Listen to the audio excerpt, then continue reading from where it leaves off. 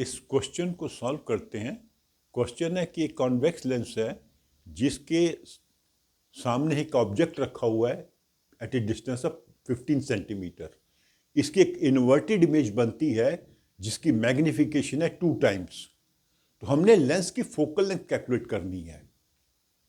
तो focal length calculate करने के लिए हम हमेशा लेंस फॉर्मूला यूज करते हैं, लेकिन लेंस फॉर्मूला में दो हमें चीज़ें पता होनी चाहिए, एक इमेज का डिस्टेंस और ऑब्जेक्ट का डिस्टेंस। ऑब्जेक्ट का डिस्टेंस तो बता रखा है, इमेज का डिस्टेंस नहीं बताया हुआ। तो ऑब्जेक्ट का डिस्टेंस कितना है? 15 सेंटीमीटर। तो यू हम क्या लिखेंगे? -15।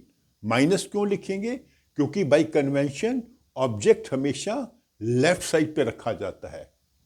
तो एक्स एक्सिस की लेफ्ट साइड पे जो भी चीज़ें होती हैं उनका डिस्टेंस हम नेगेटिव लेते हैं। मैग्निफिकेशन क्या है? 2। m is -2। ये माइनस हमने क्यों लिया, ये आप मेरे को कमेंट बॉक्स में लिख के बताइए। u का तो मैंने बता दिया, क्योंकि ऑब्जेक्ट जो है हमेशा लेफ्ट साइड पे होता है। m नेगेटिव है, उसका रीजन आप बताइए मेरे को। तो हम v कैलकुलेट करने के लिए इसको यूज करेंगे, बिकॉज वी नो मैग्निफिकेशन का फॉर्मूला क्या होता है? v/u। और अगर हमें ऑब्जेक्ट और इमेज की साइज बताया गया है तो ये वाला फॉर्मूला। तो यहाँ पे साइज नहीं बताया गया तो ये फॉर्मूला लेंगे, m = v/u। m है -2। ये माइनस आप मेरे को समझाइएगा क्यों लिखा है हमने। और v है u है -15।